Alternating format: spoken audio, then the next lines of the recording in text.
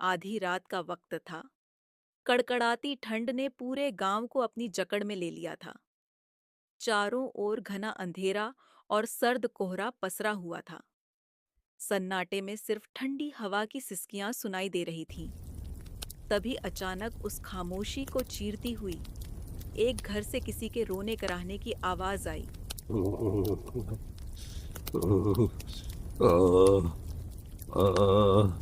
क्या हुआ पिताजी? आपको इतनी ठंड क्यों लग रही है? बेटा मुकेश, मुझे बहुत ठंड लग रही है बेटा। मुझे कोई और गर्म कपड़ा दे दो। मुझे भी ये ठंड बर्दाश्त नहीं हो रही है और लगता है मेरी तबीयत खराब हो रही है। मुझे दवाई और कुछ गर्म कपड़े दे दो। ठीक है पिताजी, मैं अभी आपके लिए कुछ गर्म कपड़े लेकर आता हूँ। मुकेश घर के अंदर से कुछ गर्म कपड़े लाकर सुक्खू को दे देता है, लेकिन फिर भी सुक्खू ठंड से कांपता रहता है। बेटा, ये जमा देने वाली ठंड अब मुझे और बर्दाश्त नहीं हो रही है। ठंड मेरे शरीर के अंदर तक उतर गई है। हाथ पांव सुन्न हो रहे हैं बेटा। सांस भी बोझ लगने लगी है। अंदर से ऐसी कमजोरी महसूस हो रही है जैसे लगता है जैसे मेरी सारी ताकत बर्फ बनकर जम गई हो। मुझे नहीं लगता है बेटा अब मैं इस ठंड में बच पाऊंगा। पिताजी, आपको कुछ नहीं होने दूंगा। मैं अभी भैया को बुला कर ले आता हूँ। इतना कहकर मुकेश अपने बड़े भाई के पास जाता है और मन ही मन सोचता है, मुझे नहीं लगता कि भैया पिताजी का इलाज करवाएंगे, लेकिन इस हालत में भैया कुछ ना कुछ तो पिताजी के लिए जरूर करेंगे।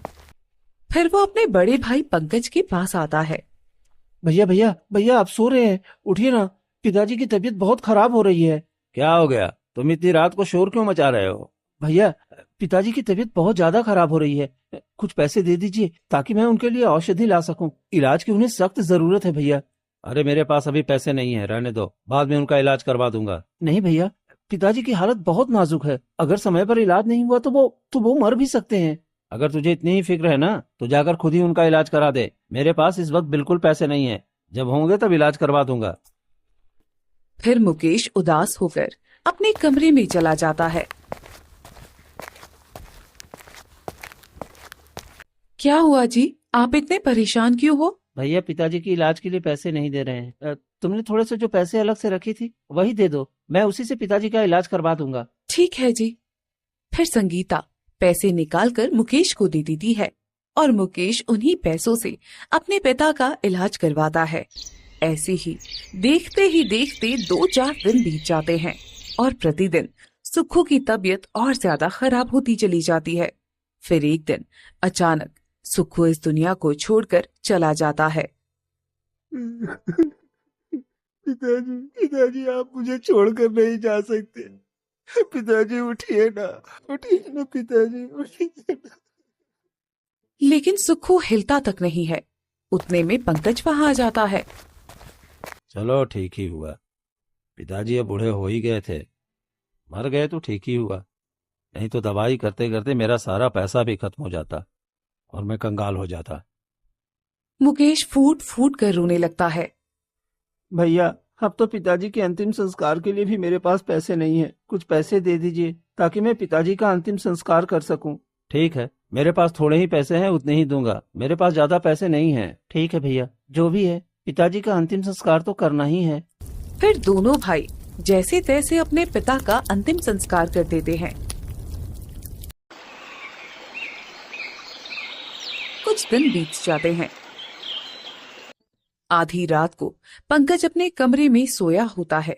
तभी उसकी पत्नी उसे जगाती है। देखो जी, अब पिताजी भी इस दुनिया में नहीं रहे और इतने दिनों से हम ही इस घर की सारी जिम्मेदारियां उठा रहे हैं, तो ये सारा घर और जमीन अब हमारी होनी चाहिए ना। आप अपने भाई को इस घर से निकाल क्यों नहीं देते? हाँ लक्ष्मी, तुम ठीक कहती हो। खेत की वसीयत भी मेरे पास ही है। कल ही मैं उसको पूरे परिवार के साथ गांव से बाहर निकाल दूंगा। ये हुई ना बात। अब देखना हमारे बच्चे कैसे ऐश की जिंदगी जिएंगे। फिर दोनों सो जाते हैं।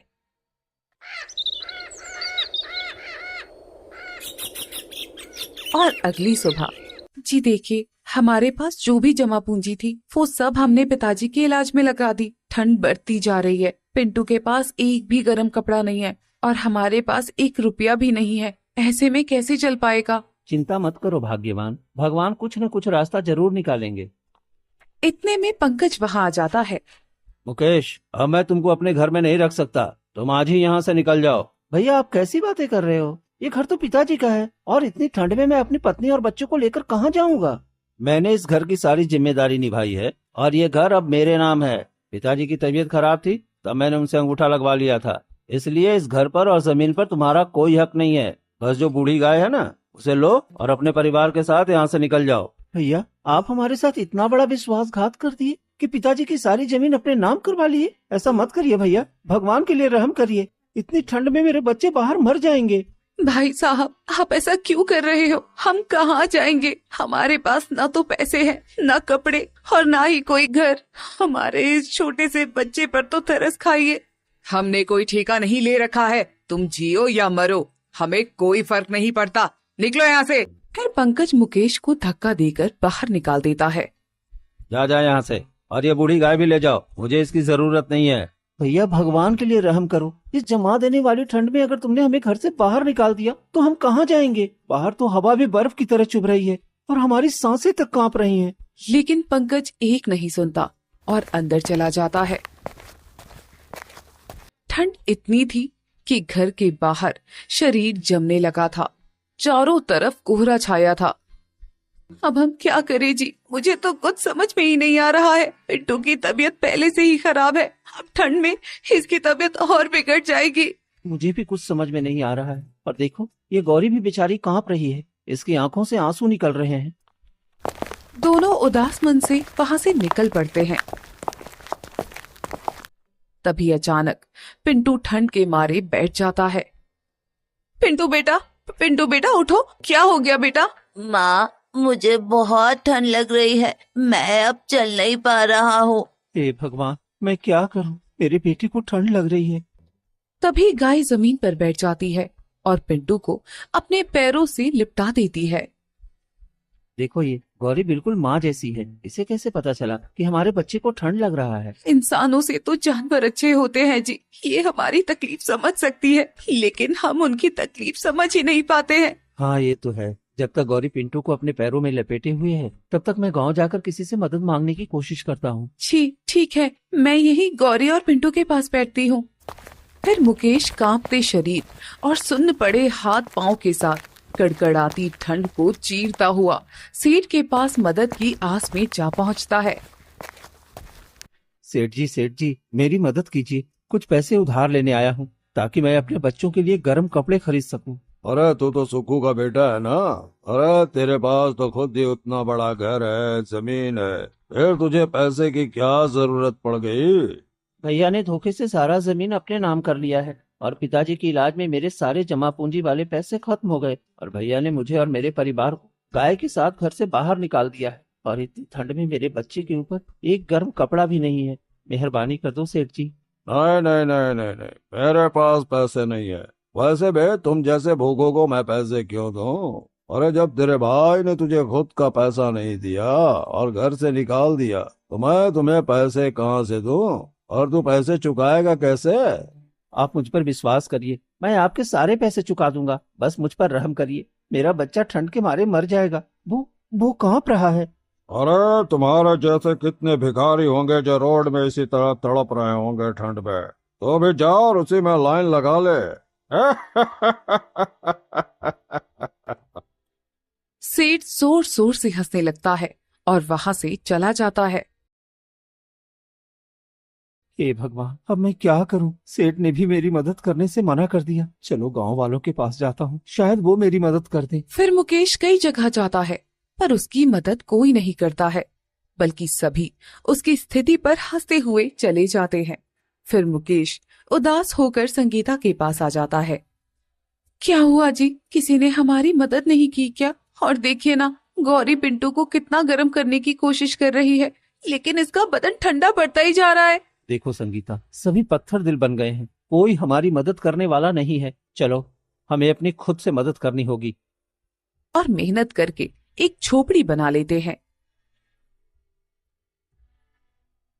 देखो जी, रहने का तो इंतजाम हो गया, लेकिन झोपड़ी के अंदर भी बहुत ठंड लग रही है। अब हम क्या करेंगे? माँ, मुझे बहुत ठंड लग रही है और मुझे जोरों से भूख भी लगी है। मुझे कुछ खाने को दे दो ना। सुन रहे हो ना जी, इसे खाने को कहाँ से दूं? इसे कैसे समझाऊं कि हमारे पास खाने के लिए कुछ भी नहीं है। इतने में ही गौरी का दूध अपने आप जमीन पर गिरने लगता है।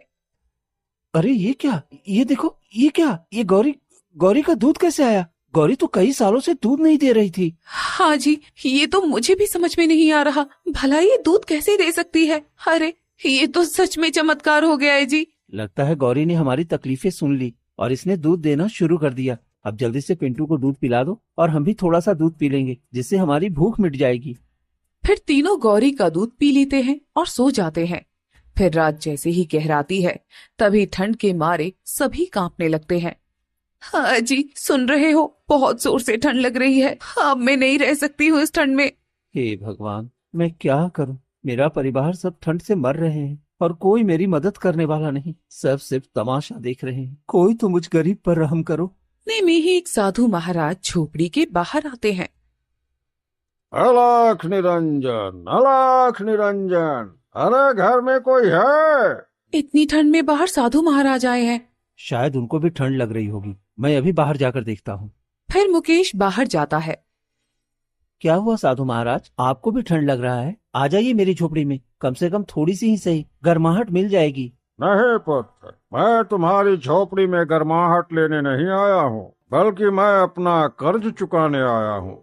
कैसा कर्ज साधु महाराज? तुम्हारे पिता सुक्खू ने मुझे एक बार पानी पिलाया था, जिस वक्त पूरे गांव वालों ने मुझे भिखारी कहकर भगा दिया था।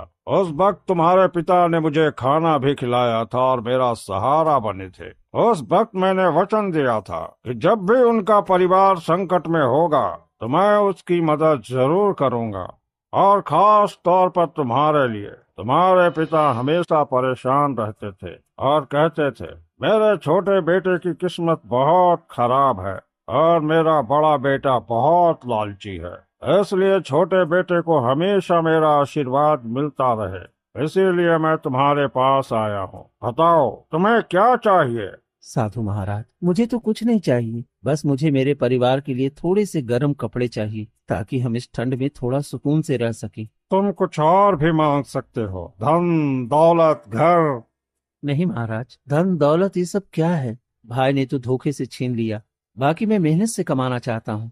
बस गर्म कपड़े हम सबको मिल जाए, वही काफी है। हाँ साधु महाराज, हमारे लिए बस वही काफी है। ठीक है, रुक जाओ। फिर साधु अपनी पोटली से एक पुरानी चादर निकालते हैं। ये चादर कोई साधारण चादर नहीं है बेटा। मैंने कई वर्षों की तपस्या करके इस चादर को प्राप्त किया है। तुम इस चादर से अपने पूरे परिवार को ढक लेना। तुम्हारे शरीर के साथ साथ ये झोपड़ी भी पूरी तरह से गर्म हो जाएगी। क्या क्या सच में साधु महाराज? हाँ, लेकिन यह सिर्फ ईमानदारों के लिए काम करती है। अगर किसी ने लालच से चादर को धारण किया तो उसका उल्टा परिणाम होगा और इस चादर का प्रकोप उसे झेलना पड़ेगा।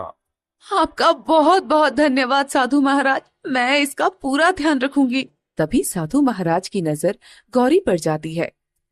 और ये गौरी, ये कोई साधारण गाय नहीं है। इसमें तुम्हारे पिता का आशीर्वाद है। ये तुम्हारे सुख दुख की साथी है। इसके रहते हुए तुम्हारे घर में कभी किसी चीज की कमी नहीं होगी और हमेशा सुख शांति बनी रहेगी, क्योंकि तुम्हारे पिता ने इस गाय को एक बच्चे की तरह पाला है और इसलिए यह तुम्हें भी एक बच्चे की तरह संभालेगी और किसी चीज की कमी नहीं होने देगी। और जिन्होंने तुम्हारे साथ गलत किया है उन्हें इसका परिणाम जरूर भुगतना पड़ेगा। वे सब इस ठंड के प्रकोप से तिल तिल मरेंगे। फिर साधु महाराज वहाँ से चले जाते हैं। मुझे तो यकीन ही नहीं हो रहा है कि साधु महाराज हमारे लिए ये चादर लेकर आए हैं। जल्दी से हमें ये चादर ओढ़ लेनी चाहिए, इससे पहले कि ठंड और बढ़ जाए। फिर मुकेश, पिंटू और संगीता तीनों चादर ओढ़ लेते हैं। ये क्या, हमारे शरीर में तो गर्मी आ गई। मुझे तो यकीन ही नहीं हो रहा है। अब मुझे बिल्कुल भी ठंड नहीं लग रही है। ये तो चमत्कार हो गया है जी। सच में साधु महाराज ने हमें एक जादुई चादर दी है। इसकी मदद से हमारी पूरी ठंड अच्छे से कट जाएगी। फिर पूरा परिवार उस चादर को ओढ़कर गर्माहट के साथ सो जाता है। और इसी तरह 2 दिन बीत जाते हैं। मुकेश के घर में सुख शांति आ जाती है। गौरी दिन रात बहुत सारा दूध देने लगती है और चादर की वजह से ठंड भी चली जाती है। और वहीं दूसरी तरफ उसके बड़े भाई पंकज की बेटी की तबीयत अचानक बहुत ज्यादा खराब होने लगती है। अरे जी देखिए ना, हमारे बेटे को क्या हो गया है। इसकी तबीयत प्रतिदिन खराब होती जा रही है। ये कुछ खा भी नहीं पा रहा। इसे ठंड लग चुकी है जी। मुझे भी कुछ समझ में नहीं आ रहा है। पहले तो हमारा बेटा हमेशा बिल्कुल ठीक रहता था, कभी ऐसी परेशानी नहीं हुई थी। आज फिर वैद्य से औषधि लेकर आऊंगा। तब तक खेत की फसल भी देख लेता हूँ, क्योंकि गोभी की फसल पूरी तरह से तैयार हो गई है और उसे काटकर बाजार भेजना जरूरी है। तभी कुछ पैसे भी आएंगे, क्योंकि हमारे पास सारे पैसे तो मोहन के इलाज में ही चले गए हैं। पंकज घर से निकल पड़ता है और सीधे खेत की तरफ चला जाता है। वहां का नजारा देखकर पंकज चौंक जाता है, क्योंकि उसके पूरे खेत में मोटी बर्फ की चादर जमी हुई थी। अरे ये क्या, मेरी सारी गोभी की फसल तो पूरी तरह से खराब हो गई है। मेरे खेत में तो चारों तरफ सिर्फ बर्फ ही बर्फ जमी हुई है। हे भगवान, अब मैं क्या करूं? घर के सारे पैसे भी खत्म हो चुके हैं और ऊपर से बर्फ ने पूरी फसल भी बर्बाद कर दी है। ये ठंड भी दिन प्रतिदिन बढ़ती ही जा रही है।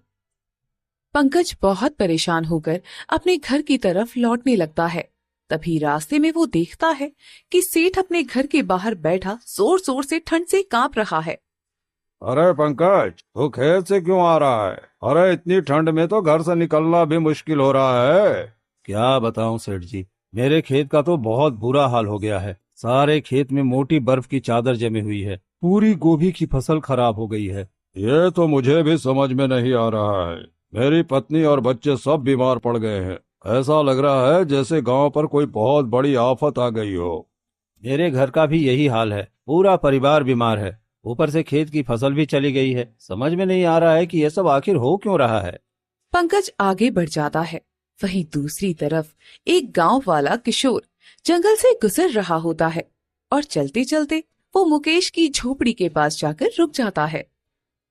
मुकेश, मुझे बहुत जोर की प्यास लगी है। क्या तुम मुझे थोड़ा सा पानी दे सकते हो? हाँ हाँ, क्यों नहीं। बाहर बहुत ज्यादा ठंड है। आप पहले झोपड़ी के अंदर आ जाइए, मैं आपको पानी देता हूँ। फिर किशोर झोपड़ी के अंदर बैठता है और अंदर आते ही उसे तेज गर्माहट महसूस होती है। अरे मुकेश, तुम्हारी झोपड़ी में इतनी गर्माहट कैसे है? ऐसा लग रहा है जैसे अंदर पूरा गर्मी का मौसम चल रहा है और बाहर तो चारों तरफ बर्फ गिर रही है। भाई, मेरे शरीर में राहत मिल गई तुम्हारी झोपड़ी में आने से। ये सब इस चादर की वजह से है। साधु महाराज ने मुझे ये चादर दी थी। इसी की वजह से हमारी झोपड़ी में हमेशा गर्माहट बनी रहती है। चलो अच्छा है, भगवान ने तुम्हारी नेकी का फल तुम्हें दिया है। वैसे तुम्हारे भाई ने तुम्हारे साथ बहुत गलत किया, तुम्हें घर से निकाल कर। जो जैसा करता है वैसा ही फल भगवान देता है। मैं इन बातों पर ज्यादा ध्यान नहीं देता हूँ, बस अपने कर्म करता रहता हूँ। और ठंड में पानी क्यों पियोगे? ये लो, गर्म दूध पी लो, तुम्हारे शरीर में गर्मी बनी रहेगी। किशोर गरम गरम दूध पी लेता है और जैसे ही वो बाहर आता है, आश्चर्य की बात तो ये होती है कि बाहर आने के बाद किशोर को जरा भी ठंड नहीं लग रही थी, क्योंकि जो भी उस गाय का दूध पीता उसे ठंड नहीं लगती थी। इस झोपड़ी में तो जादू है, मुझे ये बात पूरे गांव वालों को बताना होगा। फिर किशोर गांव की तरफ चल पड़ता है। जैसे ही वो गांव पहुंचता है तो वो देखकर हैरान हो जाता है कि पूरा गांव बर्फ की चादर में ढका हुआ है। अरे ये क्या, सुबह जब मैं गांव से बाहर निकला था तब तो सब कुछ ठीक था, और अब अचानक पूरे गांव पर ये बर्फ की चादर कैसे जम गई? ये आखिर हो क्या रहा है? उसी वक्त सेठ ठंड के मारे कांपता हुआ अपने घर के बाहर अचानक गिर पड़ता है। सेठ जी, ये क्या हो गया आपको? अरे उठिए, आपको इतनी ठंड में घर से बाहर नहीं निकलना चाहिए था। फिर किशोर किसी तरह से सेठ को उठाकर उसके घर के अंदर ले जाता है। सेठ जी, आपके घर में भी तो इतनी ज्यादा ठंड है, ऐसा लग रहा है जैसे पूरा बर्फ का पहाड़ आपके ही घर के अंदर आ गया हो। यही तो मुझे समझ में नहीं आ रहा है कि हमारे घर में इतनी ज्यादा ठंड क्यों पड़ रही है। हम लोगों से आखिर कौन सी गलती हो गई है? लेकिन सेठ जी, मुकेश की झोपड़ी में तो बिल्कुल भी ठंड नहीं है। वहाँ तो हमेशा गर्माहट बनी रहती है, क्योंकि साधु महाराज ने उसे एक जादुई चादर दी है, जिसकी वजह से उसकी झोपड़ी में ठंड का असर बिल्कुल नहीं होता है। ऐसा क्या? तो लगता है कि साधु महाराज ने ही हमारे गांव को श्राप दिया है, जिसकी वजह से पूरे गांव में इतनी ठंड पड़ रही है। अब हमें कुछ न कुछ तो करना ही पड़ेगा। तुम जाकर उसके भाई पंकज से ये बात बताओ, वो जाकर माफी मांगेगा, तभी शायद साधु महाराज हमारे गांव से ये ठंड का श्राप हटा ले। ठीक है सेठ जी, आप चिंता मत कीजिए। मैं अभी जाकर पंकज को ये बात बताता हूँ, क्योंकि ये सब उसी की गलती की वजह से हो रहा है। फिर किशोर भागते हुए पंकज के पास पहुंचता है। अरे किशोर, क्या हो गया? तो इतना परेशान क्यों लग रहा है? पंकज, तुम्हारे भाई के पास एक जादुई चादर है। उसी चादर की वजह से उसके घर में बिल्कुल भी ठंड नहीं लगती और उसकी झोपड़ी में हमेशा गर्माहट बनी रहती है, जबकि पूरे गांव में देखो ठंड का भयानक प्रकोप फैला हुआ है। ये साधु महाराज का श्राप है, इसलिए तुम जाकर अपने भाई से माफी मांग लो, तभी शायद हमारे गांव से ये ठंड का प्रकोप खत्म होगा। जादुई चादर? तो मुझे मूर्ख बना रहे हो क्या? अरे मैंने अपनी आंखों से देखा है भाई, और सेठ जी ने भी कहा है, जाकर अपने भाई से माफी मांगो, वरना पूरे गांव वाले मिलकर तुम्हें गांव से निकाल देंगे, क्योंकि तुम्हारी वजह से पूरा गांव ठंड से मर रहा है। फिर किशोर वहाँ से चला जाता है, लेकिन ये सारी बातें लक्ष्मी चुपचाप सुन लेती है और सामने आकर कहती है, अरे जब उसके पास जादुई चादर है तो उससे माफी मांगने की क्या जरूरत है? सीधे जाकर वो चादर ही ले आओ ना। वैसे भी उस गरीब के पास वो चादर रहकर भी वो करेगा क्या? आज रात होते ही तुम वो चादर चुरा कर ले आना। हाँ, तुम ठीक कहती हो, आज रात होते ही मैं वो चादर चुरा कर ले आऊंगा। फिर आधी रात होती है। पंकज चुपचाप घर से निकल पड़ता है और चोरी छिपे मुकेश की झोपड़ी के पास पहुंच जाता है। अच्छा, तो ये वही चादर है जिसकी वजह से ये पूरा परिवार इतनी खुशी और आराम से सो रहा है और झोपड़ी में इतनी गर्माहट भी है। अब तो ये चादर मेरी ही होगी।